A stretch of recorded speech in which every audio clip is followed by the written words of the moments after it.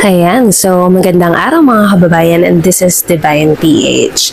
And alam niyo naman mga kababayan, noong mga nakaraang araw naging usap-usapan. Ito pong naging budget hearing dito sa may Senate and sa may Congress, no? Kung matatandaan po ninyo, ito po yung regarding sa Office of the Vice President na budget para po sa taong 2025. And kung na-witness nyo po yung mga kaganapan doon na naging intense na sagutan dito nga po sa Senado between Vice President Sara Duterte and Senator Risa Hontiveros, and dito naman sa may House of Representatives na naging budget hearing, mas matindi po yung naging sagutan, no? So, ito mga kababayan, may tanong tayo. Si PBBM nga ba? Itinabla na rin si Vice President Sara Duterte. So, yan po yung pag-uusapan natin ngayong araw. So, yan. Kung mababasa nyo po ang sabi dyan, Marcos on Office of the Vice President Budget Hearings, no politics in it. Ayan. So, basahin po natin itong President Ferdinand Bongbong Marcos Jr. on Wednesday said, politics has nothing to do with budget hearings following Vice President Sara Duterte's claim that deliberations on her office's funds were supposedly being politicized. Ayan. So, kung matatandaan nyo mga kababayan, yung naging eksena nito dito sa may budget hearing sa may Senate na kung saan tinanong lang naman ni Senator Risa Hontiveros yung regarding doon sa book. And aside doon, nagtanong din si Senator Risa regarding nga sa mga programs ng Office of the Vice President na related sa may DSWD sa Dole, no?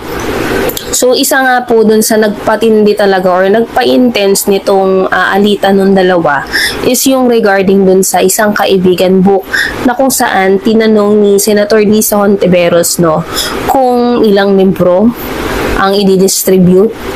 Kasi nga po, nagkakahalaga na 10 million pesos yung inilalaan. At saka kung ilan po bang mga bata yung mapapamahagian itong libro na ito. Kung matatandaan nyo, naging controversial din itong libro na to kung saan maraming nagsasabi na mga professionals po, no, na gumagawa ng mga children's book, yung mga books for kids na nagsasabing hindi worth 10 million itong libro na to. At saka napansin din nila, hindi lang ako, kung mapanood nyo po yung mga previous vlogs natin regarding dyan, hindi lang ako yung nakapansin, marami po ang nakapansin na yung libro itself is kung hindi may maling grammar, may maling spelling, ganun po yung nangyari dun sa libro. Syempre, the fact na ibibigay mo yung libro na yon dito sa mga remote areas at sa mga batang magsisimula pa lang magbasa,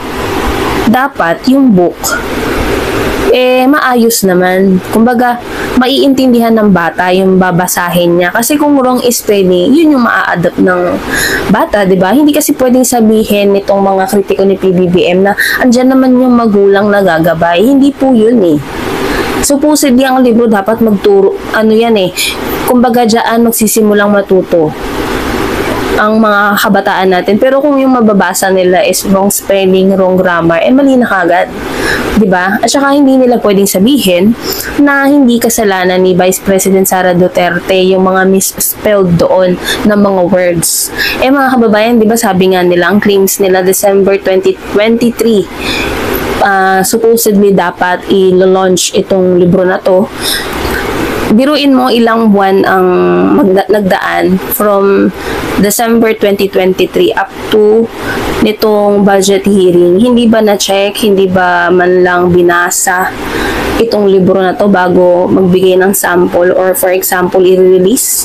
Kasi kung matatandaan ko, parang nagamit na nila yung libro na yan nung National Reading Month, something like that, sa may specific na province, pero nakalimutan ko na.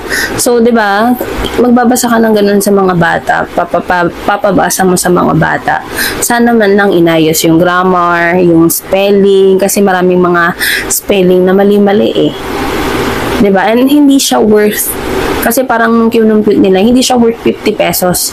Kasi kung ako, tatanungin nyo, syempre may estudyante rin ako, may anak ako.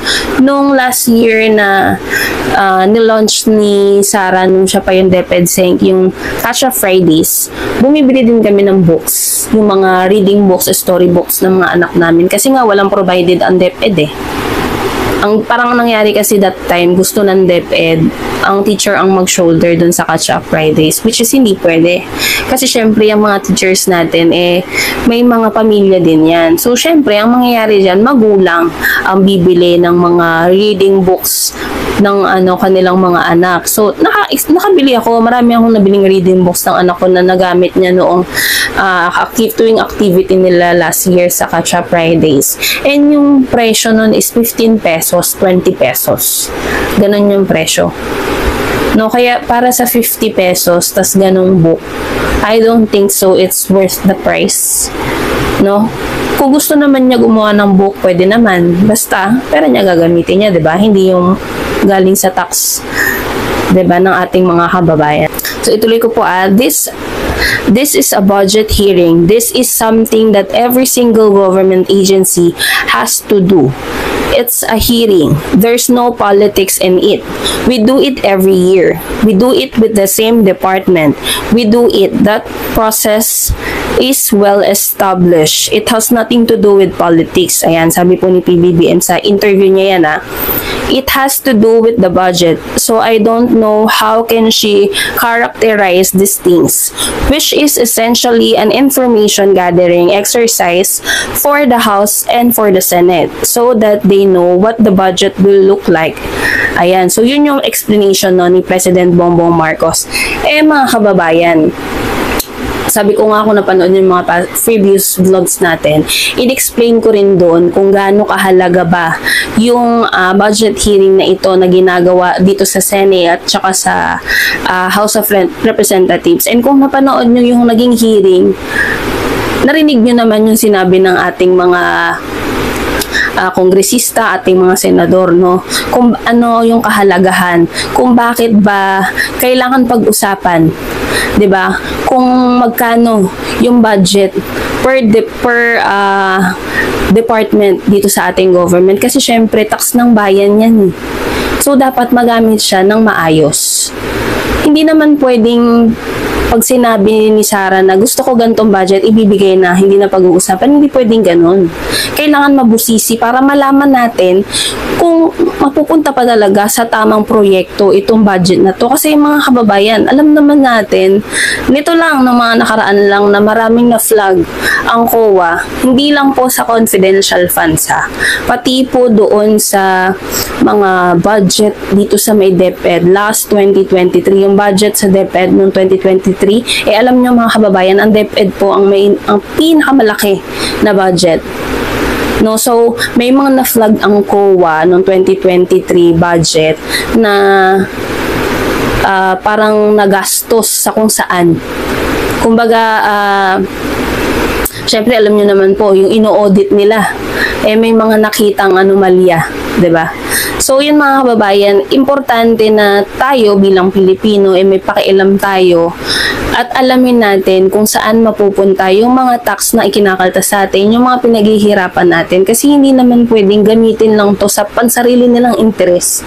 'Di ba? Bilang Pilipino, may karapatan tayong malaman, at bilang Pilipino, dapat talaga i-concern tayo kung anong nangyayari, kung saan napupunta yung mga perang pinaghirapan natin, hindi yung sila lang yung nakikinabang. Kasi hindi natin alam, 'di ba, na yung mga pinaghirapan pala natin ginamit nila para sa sarili nilang kapakanan. 'Di ba? Yun mga kababayan, mag-update po tayo kasi kung matatandaan ko, parang na-move yung hearing, no? By this September din ata yun.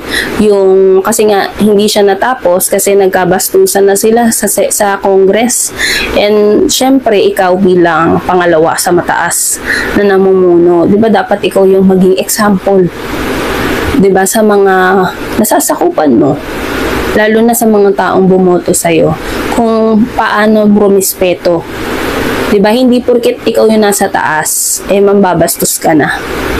So yun mga kababayan, abangan po natin yung mga yung magiging hearing pa po dito sa may office ng Office of the Vice President para sa taong 2025. So, yun lamang po and maraming salamat po sa inyo lahat.